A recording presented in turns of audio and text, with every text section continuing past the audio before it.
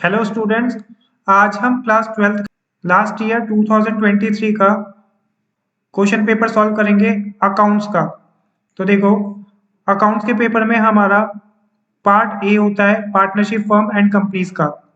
हमारा 2023 में question number 1 आया था। उसका first part, Heena and Nina are partners in a firm. Nina withdrew ₹10,000 per month at the beginning of each month during the year ended 31st March 2022. Interest on drawing was to be charged at the rate 6% per annum. मतलब दो partner है हीना and Neena, जिसमें से Neena withdraw कर रही है 10,000 per month at the beginning of each month, हर महीने के बिगनिंग में।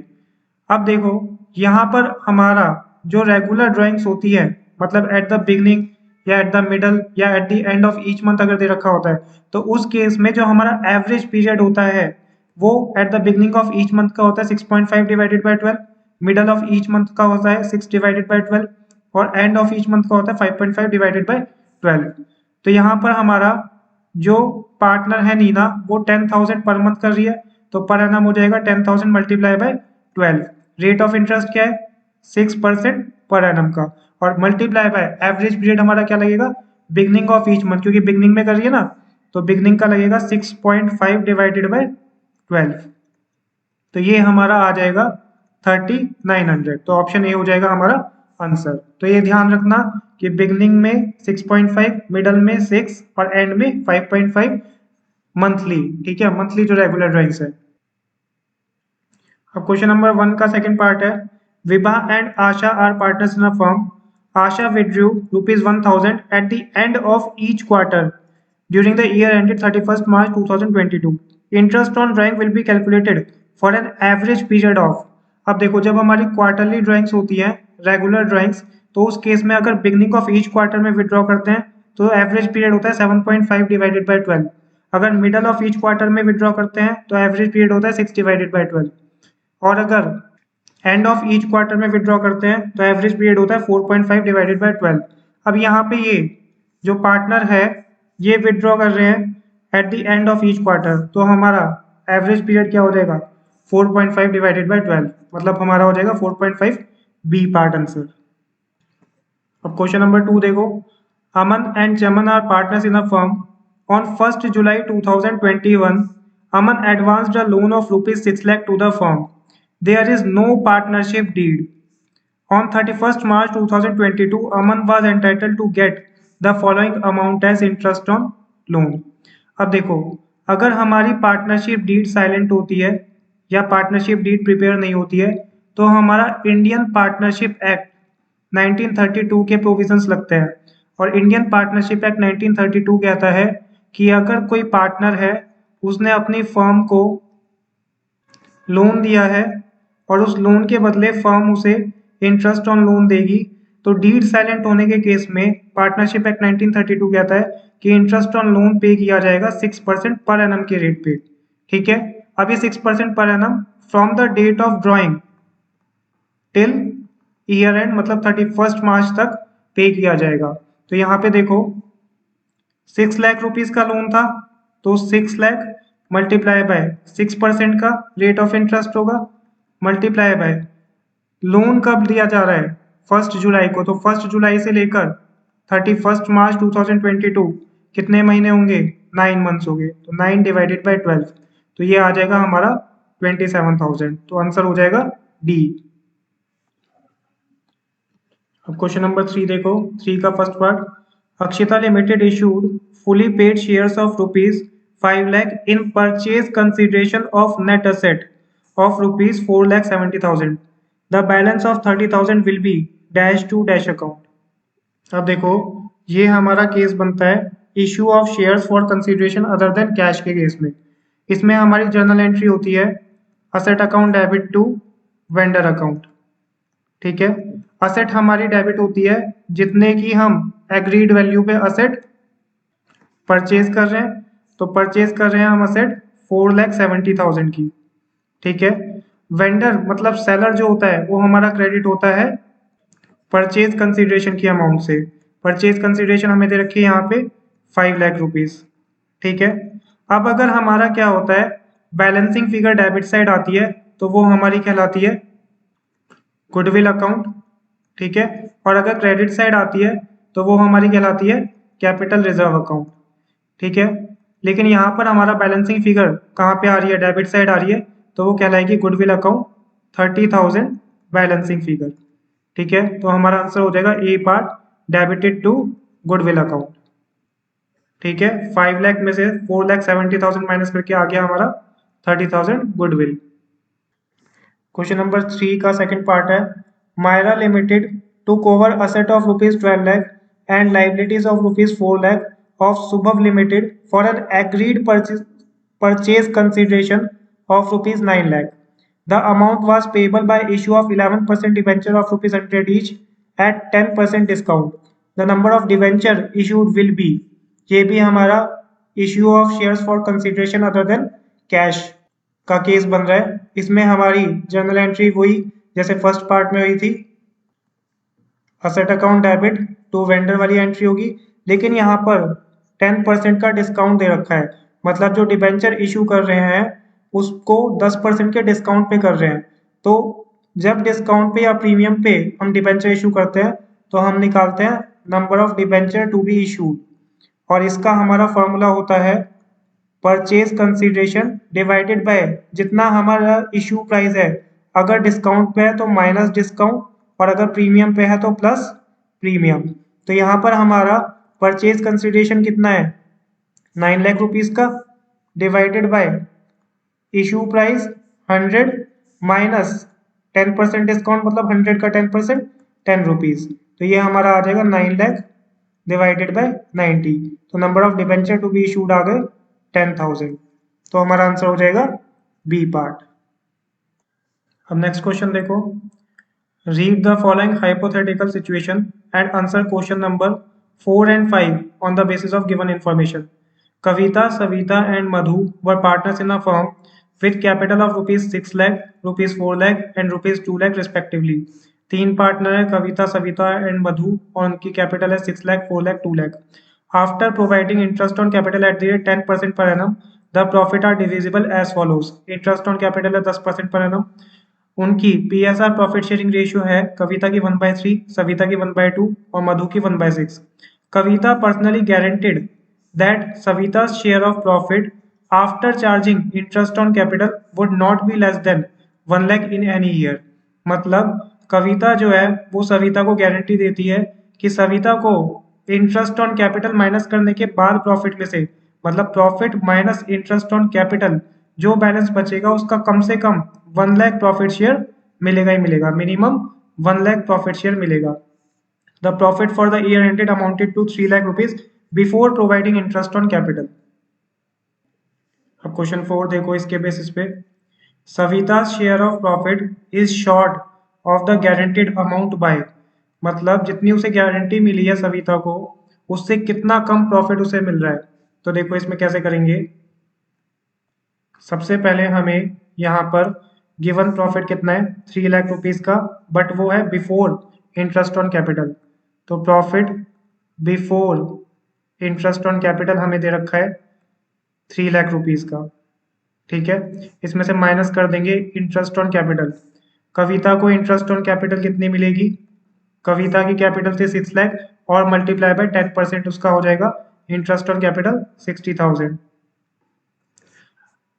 सविता को कैपिटल के ऊपर इंटरेस्ट कितना मिलेगा, उसकी कैपिटल थी 4 लाख और 10% रेट ऑफ इंटरेस्ट, तो 4 लाख का 10% 40,000। उसके बाद मधु की कैपिटल थी 2 लाख और rate of interest on capital 10%, तो 2 लाख का 10% 20,000। तो ये सब तीनों की इंटरेस्ट ऑन कैपिटल माइनस करने के बाद हमारा आ गया profit after interest on capital. Interest on capital minus करने के बाद का प्रॉफिट आ जाएगा हमारा 1,80,000, क्योंकि यहाँ पे हमें ये दे रखा है ना guaranteed that Savita share of profit after charging interest on capital would not be less than 1 lakh. तो profit after charging interest on capital आ गया 1,80,000। अब 1,80,000 का 1/3 कविता को, 1/2 सविता को और 1/6 किसे मिलेगा, मधु को। तो इसका 1/3 हो गया 60,000, 1/2 हो गया 90,000 और 1/6 हो गया इसका 30,000। तो अब देखो यहाँ पर जो पार्टनर सविता है जिसे गारंटी मिली है उसको 90,000 का प्रॉफिट शेयर मिल रहा है, जबकि गारंटी मिली थी 1 लाख की। तो कितना प्रॉफिट शॉर्ट रह गया उसका? शॉर्ट रह गया 10,000। कैसे आया? 1 लाख माइनस 90,000 करके। ठीक है, तो हमारा आंसर हो जाएगा डी। उसके बाद क्वेश्चन नंबर 5 क्या है? The total profit of the firm after adjustment of guaranteed amount will be distributed between the partners as. मतलब गारंटीड अमाउंट देने के बाद कितना प्रॉफिट डिस्ट्रीब्यूट होगा? अब देखो, कविता पर्सनली गारंटी दे रही थी किसे? सविता को। इसका मतलब जो 10,000 रुपये कम रह गए सविता के पास वो कौन देगा? कविता देगी। तो 10,000 सविता में प्लस हो जाएंगे तो इसका बन जाएगा गारंटीड अमाउंट 1 लाख। ठीक है, और क्योंकि कविता सविता को देगी तो कविता में से 10,000 रुपये क्या कर देंगे? माइनस। तो कविता का बन जाएगा 50,000 प्रॉफिट शेयर। ठीक है, और मधु का सेम रहेगा 30,000। तो हमारा प्रॉफिट शेयर बना 50,000, 1 lakh, 30,000।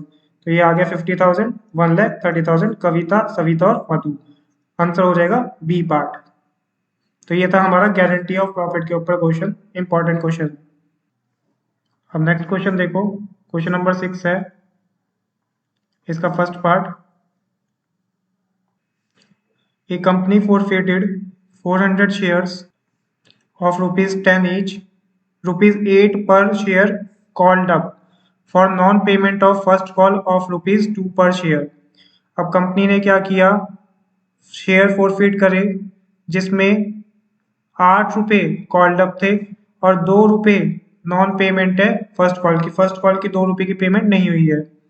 On forfeiture of these share capital account will be debited with। अब फाइनल कॉल की पेमेंट नहीं हुई है तो हमारे शेयर्स फोरफिट हो गए। तो शेयर कैपिटल अकाउंट फोरफीचर के केस में कितनी अमाउंट से डेबिट होगा?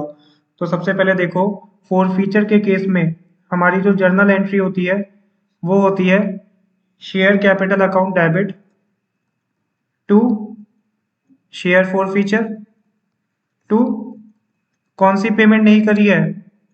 यहाँ पे पेमेंट नहीं करी है फर्स्ट कॉल की, तो टू शेयर फर्स्ट कॉल। अब देखो अमाउंट कैसे आती है। शेयर कैपिटल में हमारी अमाउंट आती है number of shares forfeited multiply by called up money. Number of shares forfeited multiply by called up money. तो नंबर ऑफ शेयर्स फोरफिट हुए हैं 400 और कॉल्ड अप मनी है 8। तो ये आ जाएगा 400 इंटू 8, 200 रुपीज। ठीक है, शेयर फोरफिटेड में हमारा क्रेडिट होता है अमाउंट रिसीव्ड ऑन फोरफीचर। ठीक है, amount received on forfeited shares. अब जो शेयर फोरफिट कर रहे हैं 400 रुपये, उसमें हमारे पास 8 रुपये कॉल्ड अप थे जिसमें से 2 रुपये नहीं है, तो कितने आ गए होंगे? 800 मल्टीप्लाई बाय 8 माइनस 2, तो ये आ गए होंगे 400 मल्टीप्लाई बाय 6, तो 2400 रुपीज। तो शेयर फोरफीचर क्रेडिट हो जाएगा 2400 से। उसके बाद फर्स्ट कॉल जो हमारा क्रेडिट होगा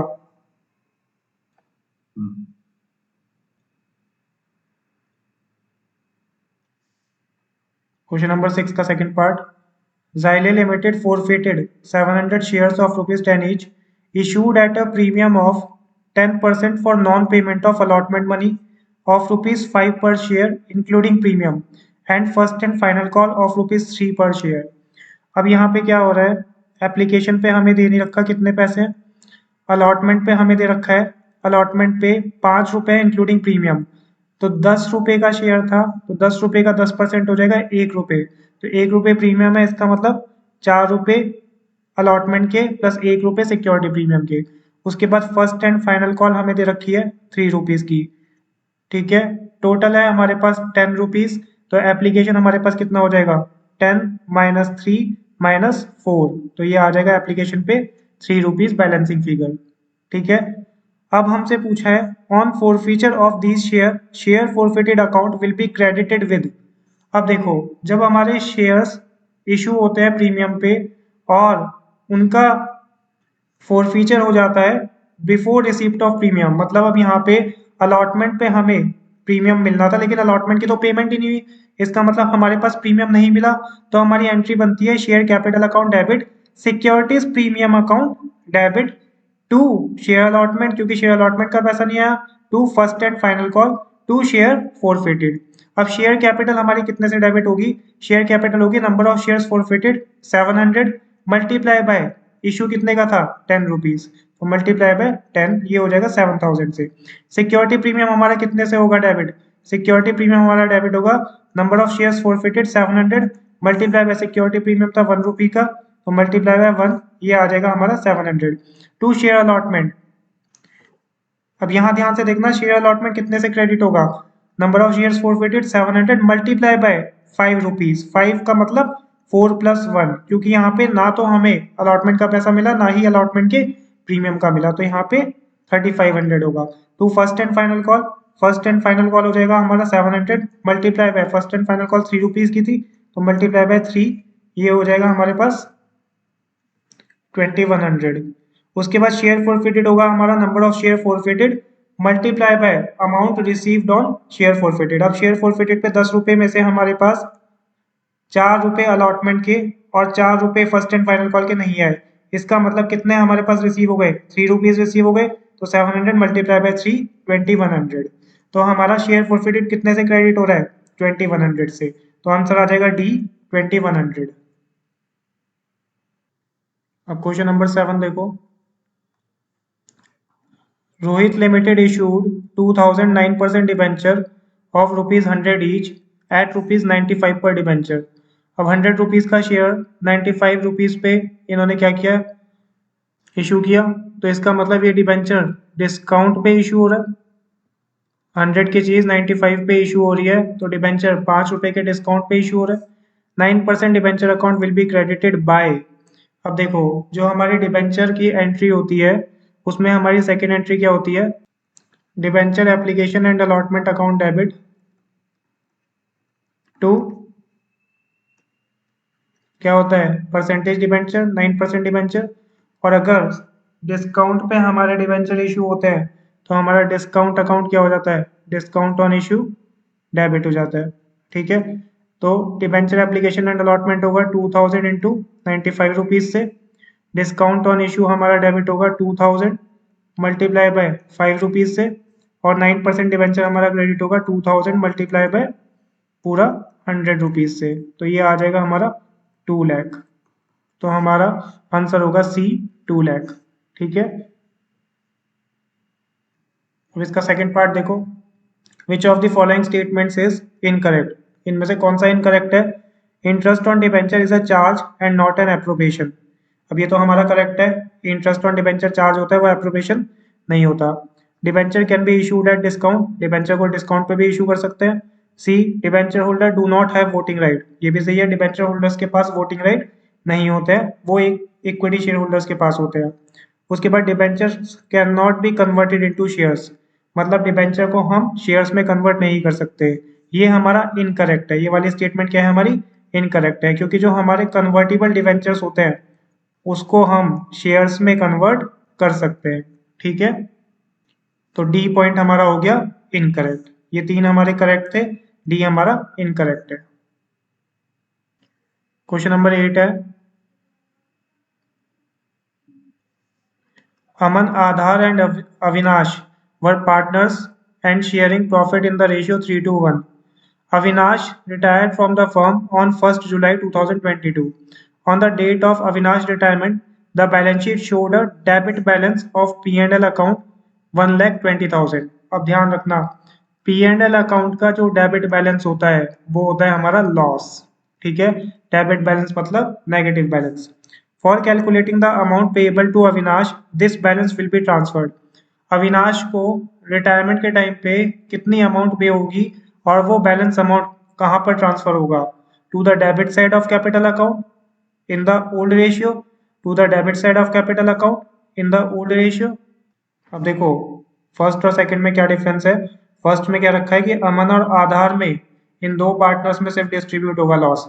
सेकंड में क्या रखा है कि अमन और आधार एंड अवनीश तीनों में डिस्ट्रीब्यूट होगा ओल्ड प्रॉफिट शेयरिंग रेशियो में डेबिट साइड। तो जो रिटायरमेंट के टाइम पे हमारा लॉस होता है, लॉस की वजह से हमेशा हमारी जो पार्टनर कैपिटल होती है वो कम होती है, इसकी वजह से डेबिट होती है। और रिटायरमेंट के टाइम पे जितने भी ओल्ड पार्टनर्स हैं सभी को क्या करना पड़ता है, वो लॉस या प्रॉफिट बियर करना पड़ता है। तो यहाँ पर लॉस था तो लॉस डेबिट साइड जाएगा और तीनों पार्टनर में जाएगा अमन, आधार एंड अविनाश। तो ध्यान रखना रिटायरमेंट के केस में जो पार्टनर रिटायर हो रहा है उसको भी प्रॉफिट या लॉस डिस्ट्रीब्यूट होता है। अगर प्रॉफिट है तो क्रेडिट साइड और अगर लॉस है तो डेबिट साइड। तो आंसर हो जाएगा बी। क्वेश्चन नंबर 9 देखो। Nidhi, Kunal and Kabir are partners in a firm sharing profit in the ratio 2:1:2. Kunal retired and the balance in his capital account after making necessary adjustment on account of reserve, revaluation of asset and reassessment of liability was rupees 80,000। मतलब Kunal retire हो रहा है और उसके retirement के time पे 80,000 उसके account में बैलेंस है। Nidhi and Kabir agreed to pay him 1 lakh in full settlement of his claim। Kunal share of goodwill of the firm on his retirement was, अब देखो 80,000 रुपीज हमें दे रखा है कि आफ्टर मेकिंग ऑल एडजस्टमेंट उसके कैपिटल अकाउंट में बैलेंस है 80,000, लेकिन फर्म उसे फुल सेटलमेंट में कितना पे कर रही है, 1 लाख रुपीज दे रही है। इसका मतलब फर्म 20,000 रुपीज एक्स्ट्रा दे रही है और जो 20,000 रुपीज एक्स्ट्रा दिए जाते हैं वो एक तरह से हमारी क्या होती है, हिडन गुडविल होती है। ठीक है, तो हमारी गुडविल हो जाएगी 20,000। आंसर हो जाएगा बी। क्वेश्चन नंबर 10 देखो। एजर्शन दे रखी है goodwill is an intangible asset. तो गुडविल हमारी इंटेंजिबल असेट होती है, करेक्ट है। It can not be seen and touched. Reason दे रखा है goodwill is the value of reputation of a firm in respect of profits expected in future over and above the normal profits. अब goodwill क्या होती है, हमारी goodwill होती है कि अगर फ्यूचर में जो एक्सपेक्टेड प्रॉफिट है वो नॉर्मल प्रॉफिट से ज़्यादा हो जाए, ठीक है, तो जो एक्सेस प्रॉफिट होता है उसे हम क्या कहते हैं, फर्म की गुडविल कहते हैं। तो रीजन भी हमारा क्या है, करेक्ट है। तो यहाँ पर both assertion and reason are correct. Answer हो जाएगा सी पार्ट। क्वेश्चन नंबर 11 देखो। A and B were partners in a firm sharing profit and losses in the ratio 7:1। A withdrew a fixed amount of rupees 12,000 at the beginning of each quarter. Interest on drawing is charged at the rate 6% per annum. The journal entry for charging interest on drawing at the end of each year will be। अब देखो हमसे क्या पूछा है कि कितना interest on drawing charge होगा at the end of year. अब देखो अगर हमारी क्वार्टरली ड्राइंग्स होती हैं, ये मैंने स्टार्टिंग में भी बताया था, तो उस केस में अगर बिगनिंग ऑफ द क्वार्टर होती है तो एवरेज पीरियड होता है 7.5/12। मिडल ऑफ द क्वार्टर होती है तो एवरेज पीरियड होता है हमारा 6/12। और अगर एंड ऑफ द क्वार्टर होती है तो एवरेज पीरियड होता है हमारा 4.5/12। अब यहाँ पे देखो विड्रॉ कर रहे हैं eight the beginning of each quarter 12,000 rupees की, तो हमारा इंटरेस्ट ऑन ड्राइंग हो जाएगा बिगनिंग के हिसाब से एवरेज पीरियड 7.5/12। तो इंटरेस्ट ऑन ड्राइंग होगा 12,000 मल्टीप्लाई बाय, एक साल में 4 क्वार्टर होते हैं तो multiply by 4 multiply by rate of interest था 6%, तो 6 divided by 100 multiply by average period होगा 7.5 डिवाइडेड बाय 12। तो ये हमारा कैलकुलेट करके आएगा 1800 रुपीज़। ठीक है, अब देखो जो इंटरेस्ट ऑन ड्राइंग होता है वो पार्टनर जो है वो अपनी फर्म को देता है ड्राइंग के बदले। तो इससे जो पार्टनर की कैपिटल है वो क्या होती है, कम होती है। और कैपिटल अगर कम होती है तो हम उसे क्या करते हैं, हम उसे डेबिट करते हैं। तो एंट्री होगी as capital account debit to interest on drawing. तो हमारा आंसर हो जाएगा सी पार्ट। उसके बाद देखो question number 12। That part of the authorise capital which is actually issued to the public for subscription. अब ये हमारा ऑथोराइज कैपिटल के बारे में है कि ऑथोराइज कैपिटल का वो पार्ट जो एक्चुअली पब्लिक को इशू किया जाता है सब्सक्राइब करने के लिए, वो हमारा क्या कहलाता है, तो वो हमारा कहलाता है इशूड कैपिटल। ठीक है, तो आंसर हो जाएगा बी पार्ट। नेक्स्ट क्वेश्चन देखो, question number 13। Zinke Limited forfeited a share of rupees 100 issued at a premium of 20% for non-payment of first call of rupees 30 per share and final call of ₹10 पर share. जिंकी limited company ने share forfeit करे जो कि 100 रुपए के issue करे थे 20% के प्रीमियम पे, मतलब 100 रुपए का 20%, 20 रुपए, क्योंकि फर्स्ट कॉल की पेमेंट नहीं हुई थी 30 रुपीज की और फाइनल कॉल की पेमेंट नहीं हुई थी 10 रुपीज की।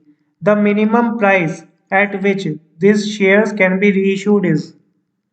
अब देखो यहाँ पे पूछा है कि मिनिमम प्राइस पर, मतलब क्या ऐसा मिनिमम प्राइस होगा जिसपे ये फॉरफिटेड शेयर री इशू हो सकते हैं। अब हमारे पास 30 रुपए नहीं आए थे किसके, फर्स्ट कॉल के, और 10 रुपए नहीं आए थे हमारे पास फाइनल कॉल के, तो टोटल 40 रुपए नहीं आए थे। तो जब हम फॉरफिट करने के बाद री इशू करेंगे तो मिनिमम इस 40 रुपए पे तो री इशू करेंगे क्योंकि इतने पैसे तो हमारे पास नहीं आए थे। तो मिनिमम कम से कम 40 रुपए पे हम क्या करेंगे, री इशू करेंगे, जितने हमने क्या कर लिए थे, फॉरफिट कर लिए थे। तो आंसर होगा ए 40। क्वेश्चन नंबर 14 देखो।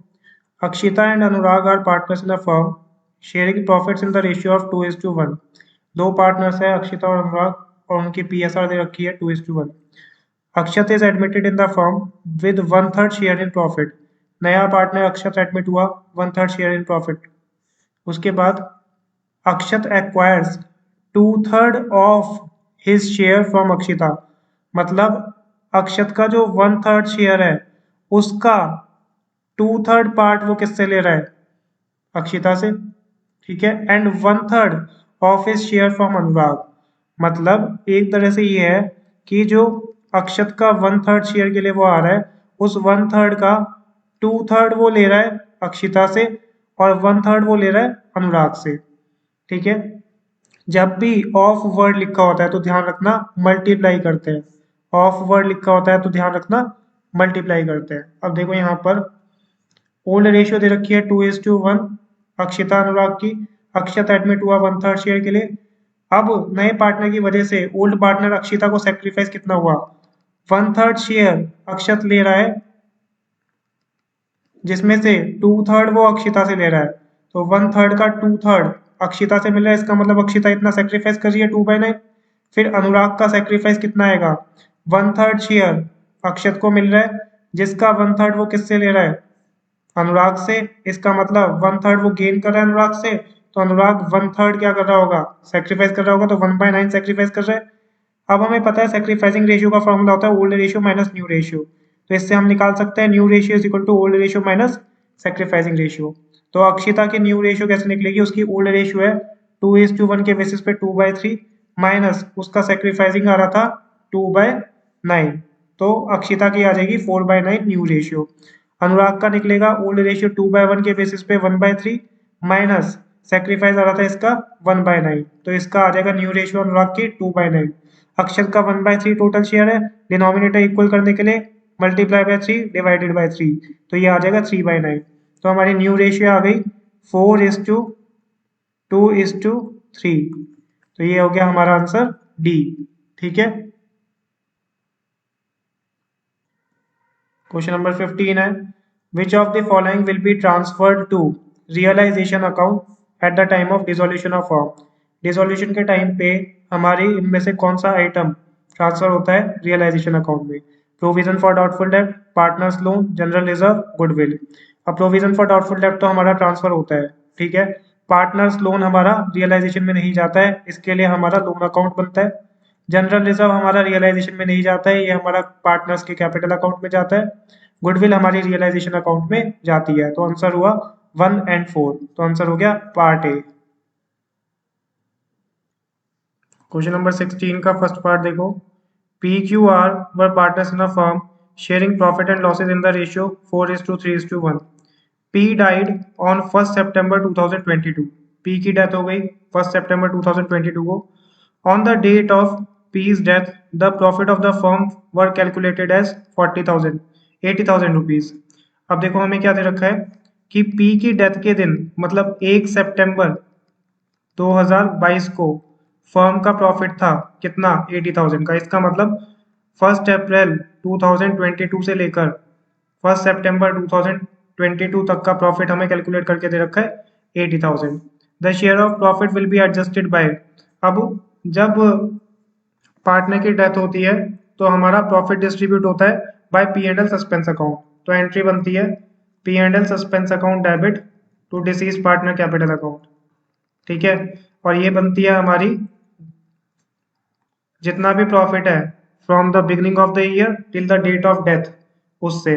तो बिगनिंग ऑफ द ईयर से लेकर डेट ऑफ डेथ तक का प्रॉफिट हमें कैलकुलेट करके दे रखा है 80,000 रुपीज का। तो 80,000 टोटल प्रॉफिट ऑफ फर्म हो गया, जिसमें पी की डेथ हुई थी तो पी का शेयर कितना था 4/8, तो मल्टीप्लाई बाय 4/8, तो ये हो जाएगा हमारा 40,000।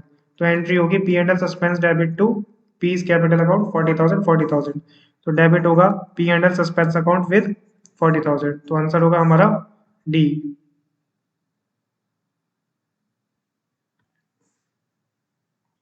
अब इसका और का पार्ट देखो। Pooja, Neeta and Anita were partners in a firm sharing profit and losses in the ratio 3:2:1। तीन पार्टनर्स है, पीएसआर दे रखी है 3:2:1। Pooja retired and her share is taken by Neeta and Anita equally. मतलब पूजा रिटायर हो गई और उसका जो शेयर है, पूजा का शेयर क्या था 3/6, वो नीता और अनीता ले लेती हैं इक्वली, मतलब 1:1 की रेशियो में। The new profit sharing ratio of Neeta and Anita will be. अब पूजा तो रिटायर हो गई तो न्यू पीएसआर पूछी है नीता और अनीता की। तो ओल्ड रेशियो दे रखी है हमें पूजा, नीता और अनीता की 3:1। पूजा का शेयर है 3/6, ठीक है। और 3/6 शेयर नीता और अनीता इक्वल ले रहे हैं, मतलब 1:1 की रेशियो में। तो नीता का जो शेयर होगा पूजा के शेयर में वो कितना होगा 3/6 का हाफ, मतलब 3/12। और सेम अनीता का शेयर पूजा के शेयर में कितना होगा 3/6 का हाफ, मतलब 3/12। तो एक तरह से ये क्या हुआ, गेन हो गया 3/12 नीता के लिए और 3/12 अनीता के लिए। अब गेनिंग रेशियो होती है हमारी new ratio minus old ratio, उससे हम निकाल सकते हैं new ratio is equal to gaining ratio plus old ratio. तो नीता की जो न्यू रेशियो आएगी वो आएगी, उसकी गेनिंग रेशियो है 3/12 प्लस ओल्ड रेशियो कितनी थी 2/6, तो ये आ जाएगी हमारी 7/12। अनीता की हमारी न्यू रेशियो आएगी गेनिंग रेशियो 3/12 प्लस ओल्ड थी इसकी 1/6, तो ये आ जाएगी 5/12। तो रेशियो बनी हमारी 7:5, तो आंसर हो जाएगा बी पार्ट। तो हमारे पार्ट ए जो पार्टनरशिप और कंपनीज का था उसके सारे एमसीक्यू 2023 क्वेश्चन पेपर की कंप्लीट हो चुके हैं। अब हमारा अब हमारा 2023 का जो क्वेश्चन पेपर था उसके पार्ट बी के एमसीक्यू हम देखेंगे एनालिसिस ऑफ फाइनेंशियल स्टेटमेंट्स के। तो सबसे पहले क्वेश्चन नंबर 27 का फर्स्ट पार्ट है, which of the following equation is correct. इनमें से कौन सी इक्वेशन करेक्ट है। Cost of revenue from operation is equal to revenue from operation plus gross profit, नहीं, क्योंकि हमारा कॉस्ट क्या होता है रेवेन्यू माइनस ग्रॉस प्रॉफिट, ठीक है, प्लस नहीं होता। Cost of revenue from operation is equal to opening inventory minus net purchase plus direct expense minus closing inventory, नहीं, ये भी नहीं होता, क्योंकि सीओजीएस या cost of revenue from operation opening inventory minus नहीं होता बल्कि क्या होता है प्लस नेट परचेज होता है। फिर cost of revenue from operation is equal to opening inventory plus closing inventory, नहीं, ये तो हमारा total inventory of a business होता है, ठीक है। फिर cost of revenue from operation is equal to revenue from operation minus gross profit, ये होगा करेक्ट। कॉस्ट हमारा होता है रेवेन्यू माइनस ग्रॉस प्रॉफिट। फिर हमारा इसका और का सेकंड पार्ट दे रखा है, which of the following is a tool of analysis of financial statement. इनमें से कौन सा हमारा फाइनेंशियल स्टेटमेंट एनालिसिस का टूल है। Cash flow statement, P&L, notes to account, balance sheet. तो ये हमारे फाइनल अकाउंट्स जो होते हैं ये तो हमारे tool of analysis of financial statement नहीं होते हैं। अब बचा हमारा कैश फ्लो स्टेटमेंट, तो कैश फ्लो स्टेटमेंट हमारा क्या हो जाएगा, ये होता है हमारा tool of analysis of financial statement.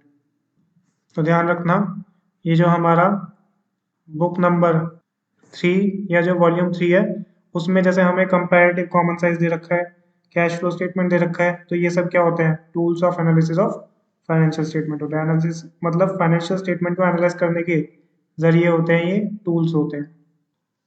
Next question 28 है, from the following information the proprietors funds are. Proprietors funds का मतलब होता है एक तरह से share holders funds. Current asset है 20 lakh, non current asset 40 lakh, long term borrowing 25 lakh, proprietary ratio 25%। तो प्रोप्राइटरी रेशियो होती है हमारी शेयर होल्डर्स फंड्स या proprietors funds divided by total asset, ठीक है। अब हमें प्रोप्राइटरी रेशियो दे रखी है 25% is equal to share holders funds या प्रोप्राइटर्स फंड्स हमें निकालना है डिवाइडेड बाय टोटल एसेट होगा current asset plus non current asset. तो 20 लाख प्लस 40 लाख मिला के हो जाएंगे 60 लैक्स। तो शेयर होल्डर्स फंड हो जाएगा हमारा 60 लैक्स का 25%। ठीक है, तो ये हमारा आ जाएगा 15 लाख रुपीस। तो हमारे प्रोप्राइटर्स फंड हो गए डी पार्ट 15 लाख। उसके बाद क्वेश्चन नंबर 29 का फर्स्ट पार्ट है dividend paid by a financial enterprise will come under which kind of activity from the following while preparing cash flow statement. अब अगर कोई फाइनेंशियल एंटरप्राइजेस होती है, ठीक है, और वो डिविडेंड पे कर रही है, तो उसके लिए ये डिविडेंड होता है फाइनेंसिंग एक्टिविटी। तो ध्यान रखना, फाइनेंशियल एंटरप्राइजेस के लिए डिविडेंड पेड होता है फाइनेंसिंग एक्टिविटी। तो आंसर हो जाएगा सी पार्ट। अब नेक्स्ट हमारा है second part interest received on investment will come under which type of activity from the following while preparing cash flow statement of a non financial enterprise. अब कोई non financial enterprise ने investment करी और उसके ऊपर वो इंटरेस्ट रिसीव कर रही है, तो नॉन फाइनेंशियल एंटरप्राइज के लिए वो फाइनेंसिंग एक्टिविटी तो बनेगा नहीं इंटरेस्ट या डिविडेंड, तो वो क्या बनेगा इन्वेस्टिंग एक्टिविटी। तो ध्यान रखना, अगर कोई फाइनेंसिंग कंपनी है या फाइनेंशियल एंटरप्राइज है उसके लिए डिविडेंड या इंटरेस्ट वगैरह उसके लिए बनेगा फाइनेंसिंग एक्टिविटी। लेकिन अगर कोई नॉन फाइनेंशियल एंटरप्राइज है तो उसके लिए इंटरेस्ट रिसीव क्या बनेगा इन्वेस्टिंग एक्टिविटी। उसके बाद क्वेश्चन नंबर 30 है which of the following transactions are shown under financing activity while preparing cash flow statement. Cash flow statement बनाते टाइम फाइनेंसिंग एक्टिविटी में क्या क्या जाएगा, इशू ऑफ इक्विटी शेयर्स ये तो जाता है, कैश रिसीव फ्रॉम डेटर्स ये हमारा कैश एंड कैश इक्विवेलेंट में जाता है, उसके बाद रिडम्पशन ऑफ डिवेंचर ये भी हमारा फाइनेंसिंग में जाता है, cash paid against trade payables इससे कैश एंड कैश इक्विवेलेंट हमारा रिड्यूस हो जाएगा। ठीक है, तो इश्यू ऑफ इक्विटी शेयर और रिडम्पशन ऑफ डिबेंचर हमारा जाएगा फाइनेंसिंग एक्टिविटी में। तो आंसर आएगा 1 एंड 3 सी पार्ट। ठीक है, तो फाइनेंसिंग एक्टिविटी में ध्यान रखना, इशू कर रहे हैं अगर हम शेयर्स या डिबेंचर, ठीक है, उस इशू के ऊपर अगर कुछ प्रीमियम वगैरह है तो वो भी फाइनेंसिंग में जाएगा। उसके अलावा हमारे जो डिबेंचर्स रिडीम होते हैं रिडम्पशन ऑफ डिबेंचर वो भी हमारा फाइनेंसिंग एक्टिविटी में जाएगा। ठीक है, लेकिन कैश रिसीव फ्रॉम डेटर या cash paid against trade payables ये हमारा फाइनेंसिंग एक्टिविटी में नहीं जाता है। तो हमारे यहाँ पे क्वेश्चन नंबर 30 के साथ जितने भी एमसीक्यू 2023 के एग्जाम में अकाउंट्स के पेपर में आए थे part A and part B में, वो मैंने पूरे क्वेश्चंस करा दिए हैं आप लोगों को और ये मोस्ट इम्पॉर्टेंट है। और इन एमसीक्यू के साथ साथ आपके कंसेप्ट भी रिवाइज हो गए होंगे क्योंकि मैंने साथ साथ कंसेप्ट भी बता दिए हैं जो हमारे एमसीक्यू में आ रहे थे। ठीक है, इसको रिवाइज करना, कोई डाउट हो तो कमेंट सेक्शन में पूछ सकते हैं। वीडियो अच्छी लगी हो तो लाइक सब्सक्राइब एंड शेयर जरूर कर देना। Thank you everyone.